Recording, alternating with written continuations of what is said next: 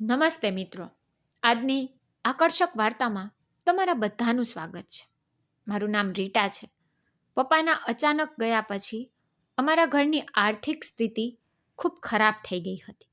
તેમના મૃત્યુ પછી અમને ખબર પડી કે પપ્પાએ વ્યવસાય માટે બેંકથી ઘણી લોન લીધી હતી અને લોન ચૂકવવા માટે અમારે અમારી બધી સંપત્તિ વેચવી પડી અને હવે ફક્ત અમારી પાસે એક જ ઘર બાકી હતું જેમાં અમે બધા રહેતા હતા. પપ્પાના ગયા પછી અમારા જમવાના પણ લાલા હતા, પણ આમ તેમ અમે જીવી રહ્યા હતા. મારી 12માની પરીક્ષા પણ માથા પર હતી, તેથી હું ઘરના કામમાં મદદ કરી શકી નહીં. પૈસાની કમીથી છુટકારો મેળવવા માએ વિચાર્યું કે કેમ ના આપણે ઉપરના માળને ભાડે આપી દઈએ. જો ભાડું આવે તો ઓછામાં ઓછું ઘરનો ખર્ચ તો ચાલશે. બાબાના સમયમાં અમારી પાસે બધું જ હતું અને હવે પરિસ્થિતિ એવી બની ગઈ છે કે અમે એક એક પૈસાના મોહતાજ છીએ. અમે ભાડૂતની શોધમાં હતા અને ટૂંક સમયમાં અમને ભાડૂત પણ મળી ગયું. અમારો ભાડૂત એક યુવાન સુંદર છોકરો હતો. તેનું નામ વિહાન હતું અને તે મારી પોતાની કોલેજમાં નવા શિક્ષક આવ્યા હતા. તેને કોલેજમાંથી ખબર પડી કે રીટાના ઘરના લોકોને ભાડૂતની જરૂર છે, તેથી તેને ઘરે આવતાની સાથે જ અમારી પરિસ્થિતિઓ વિશે જાણ થઈ ગઈ હતી.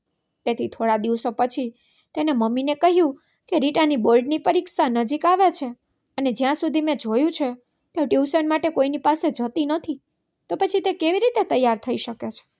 તો મમ્મીએ કહ્યું, વિહાન પુત્ર, તમે જોઈ રહ્યા છો કે અમારા ઘરની પરિસ્થિતિ કેવી છે.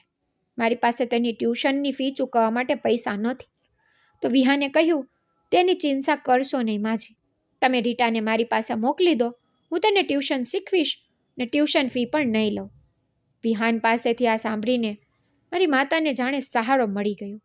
મમ્મીએ કહ્યું, આભાર દીકરા, હું અભ્યાસ કરવા માટે આજથી જ રીટાને મોકલી દઉં છું.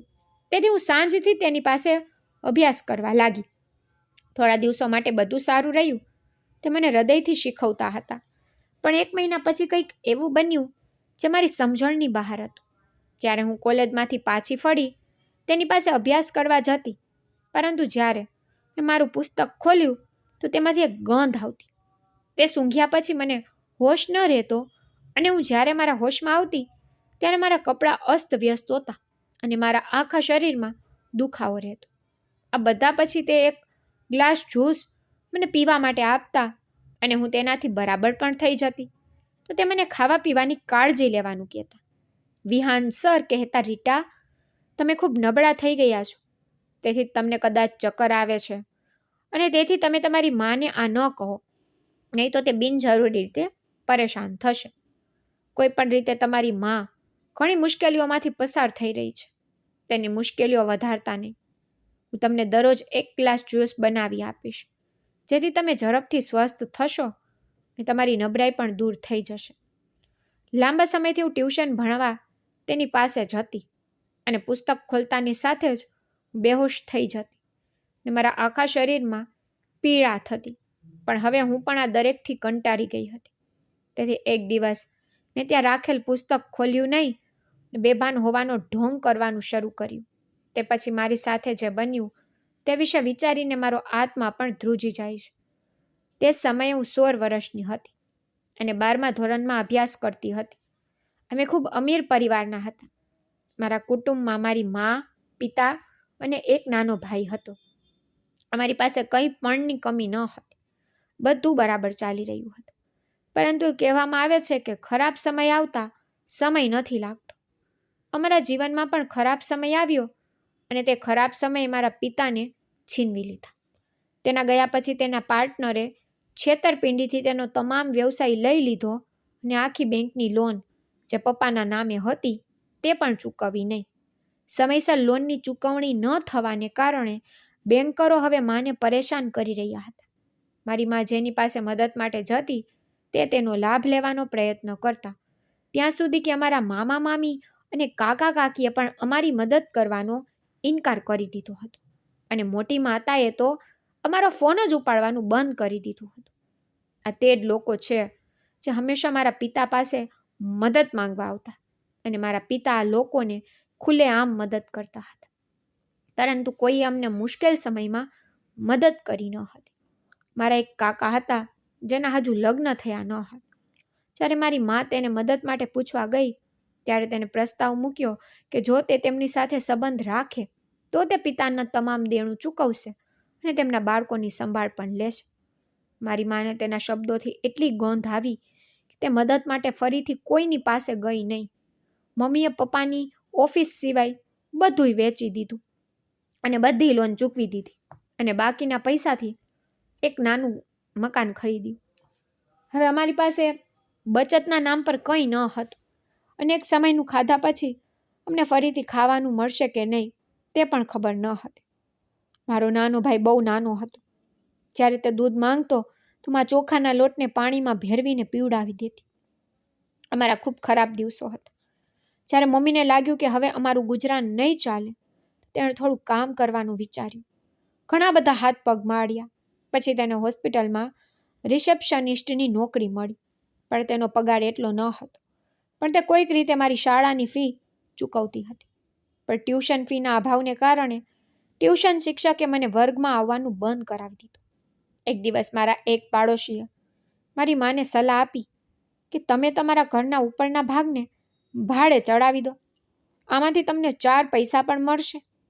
મારી મમ્મીને આ ગમ્યું અને તેના ભાડાનું બોર્ડ ઘરની બહાર લટકાવી દીધું. તે જ સમયે મારા એક સિનિયર મિહિરને મળી કારણ કે મારું ટ્યુશન બંધ થઈ. તેથી મારી મેડમે કહ્યું કે જ્યાં સુધી તમે ફરીથી ટ્યુશન શરૂ ન કરો ત્યાં સુધી મિહિરને તમારી સમસ્યા પૂછો. આમ અમારી વાતો શરૂ થઈ હતી અને અમે સારા મિત્રો બન્યા હતા. થોડા દિવસો પછી અમારા વર્ગ શિક્ષક અર્ચના રજા પર ગયા અને એક નવો વર્ગનો શિક્ષક તેની જગ્યાએ આવ્યો. તેનું નામ વિહાન હતું. જ્યારે હું તેને પ્રથમ વખત મળી તો તેનો સ્વભાવ ખૂબ ખુશમિજાજ હતો કે કોઈ પણ તેના પણ સરળતાથી વિશ્વાસ કરી શકે. એકવાર અમારા વર્ગમાં તેમણે કહ્યું કે તે શહેરમાં નવા આવ્યા છે અને તેને ભાડાનું ઘર શોધવામાં ઘણી મુશ્કેલીઓ આવી રહી છે. આ સાંભળીને મને યાદ આવ્યું કે અમારા મકાનમાં પણ ભાડૂતની જરૂર છે, તો કેમ ના હું મારા શિક્ષકને જ મારો ભાડૂત બનાવું.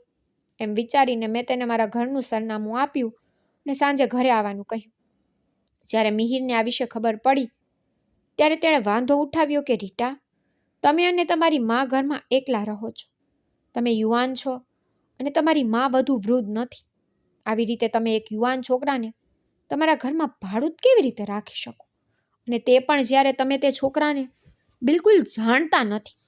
પણ જ્યાં સુધી હું મીરની વાત સમજી ત્યાં સુધીમાં ઘણું મોડું થઈ ગયું હતું અને વિહાન સર અમારા ઘરે આવી ગયા હતા અને મારી માતાને વિહાન સરનો સ્વભાવ ખૂબ ગમ્યો. તે ક્યારેય વધારે વાત કરતા નહીં, માત્ર શાળાએ જતા અને તેના રૂમમાં પાછા આવતા. થોડા દિવસોમાં તેણે તેની ખૂબ સારી છબી બનાવી દીધી હતી. કેટલાક બાળકો પણ ટ્યુશનનો અભ્યાસ કરવા માટે તેમની પાસે આવતા અને જ્યારે તેઓને ખબર પડી કે મેં પૈસાને કારણે મારું ટ્યુશન છોડી દીધું છે તો તેને મારી મમ્મીને કહ્યું કે તમે રીટાને પણ મારી પાસે ટ્યુશન લેવા મોકલો.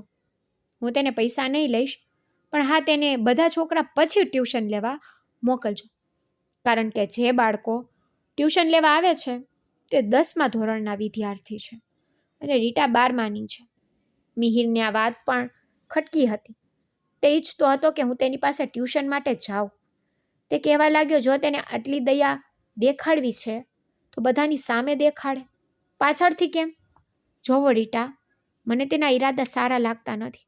ગઈકાલે મેં કેટલાક માણસો સાથે તેને જોયો હતો જે ગુંડા જેવા દેખાતા હતા અને કારની પાછળની સીટ પર એક છોકરી પણ સૂતી હતી.